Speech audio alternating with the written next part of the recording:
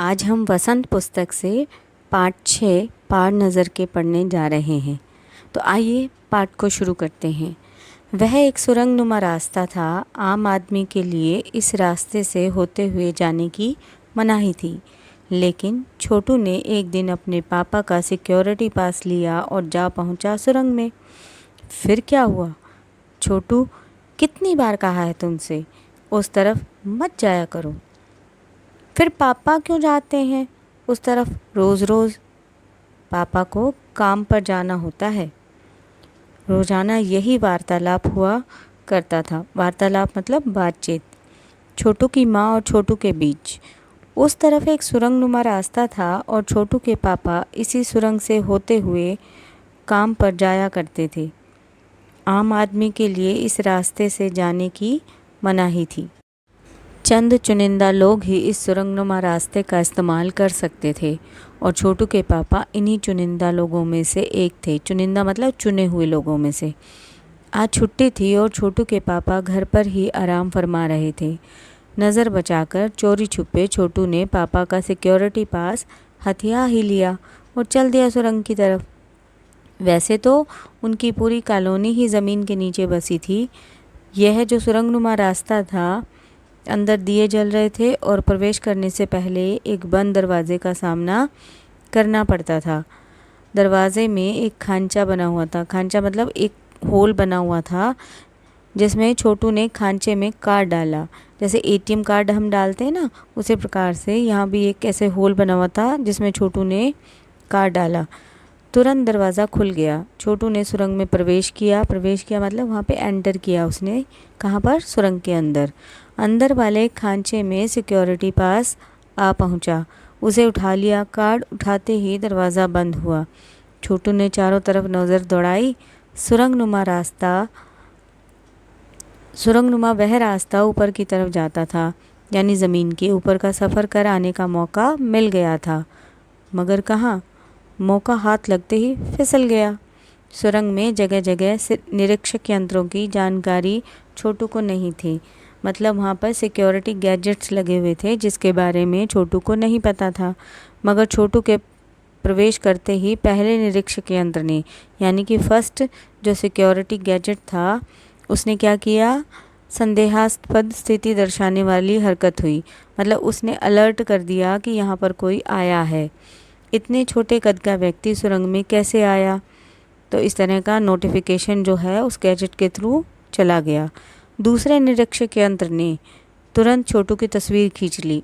दूसरा यानी जो सेकंड गैजेट था सिक्योरिटी, उसने छोटू की पिक्चर खींच ली।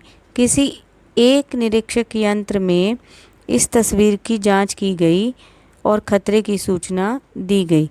मतलब जो सिक्योरिटी गैजेट था उसने अपनी एक्टिवनेस दिखाते हुए बता दिया कि वहाँ पर कोई ना कोई आया है। इन सारी गतिविधियों से अनजान छोटू आगे बढ़ रहा था। तभी जाने कहाँ से सिपाही दौड़े चले आए। छोटू को पकड़कर वापस घर छोड़ आए। घर पर माँ छोटू का इंतज़ार कर रही थी। बस अब छोटू की खैरियत नहीं थी, मतलब कि अब उसकी खैर नहीं थी। छोटू के पास न होते तो छोटू का बचना मुश्किल था। छोटू के पापा अगर ना होते तो छोटू का बचना मुश्किल हो गया था, क्योंकि छोटू के पापा की वजह से ही वो बच सकता था। छोड़ो भी, मैं इसे समझा दूंगा सब, फिर वह ऐसी गलती कभी नहीं करेगा। पापा ने छोटू को बचा लिया।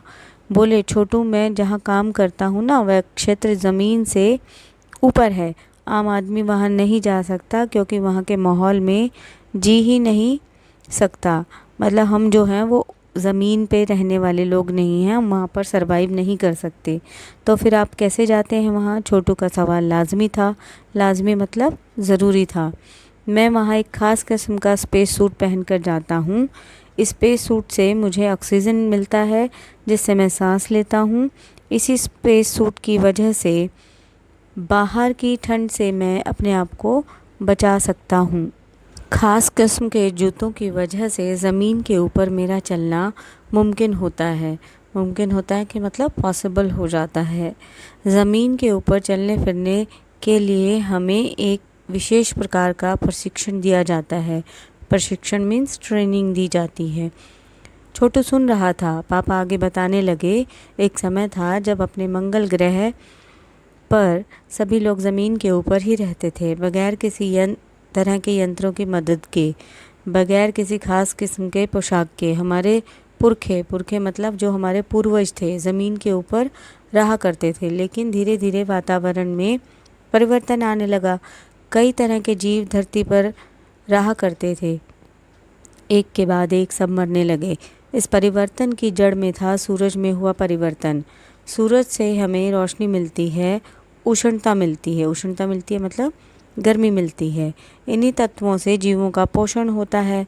सूरज में परिवर्तन होते ही यहाँ का प्राकृतिक संतुलन बिगड़ गया, मतलब जो नेचर का बैलेंस था वो सब बिगड़ गया, इनबैलेंस हो गया, उसमें असंतुलन आ गया।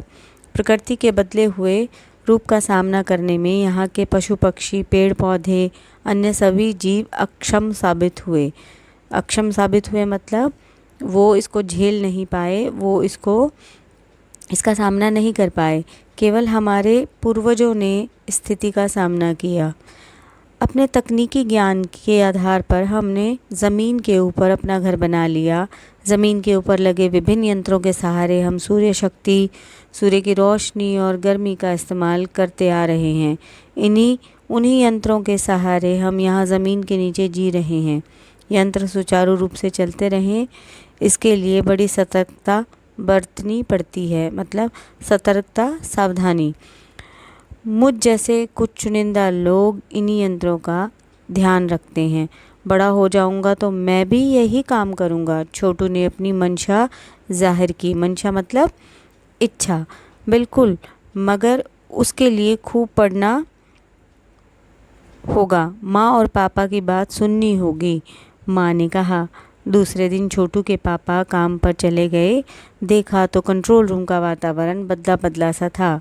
शिफ्ट ख़त्म कर घर जा रहे स्टाफ के प्रमुख ने टीवी स्क्रीन की तरफ इशारा किया। स्क्रीन पर एक बिंदु झलक रहा था। वह बताने लगा, यह कोई आसमान का तारा नहीं है, क्योंकि कंप्यूटर से पता चल रहा है कि अब यह अपनी जगह अड़िग नहीं रहा है। अड़िग मतलब स्टेबल नहीं रहा है। पिछले कुछ घंटों के दौरान हमने अपनी जगह बदली है। कंप्यूटर के अनुसार यह हमारी धरती की तरफ बढ़ता चला आ रहा है।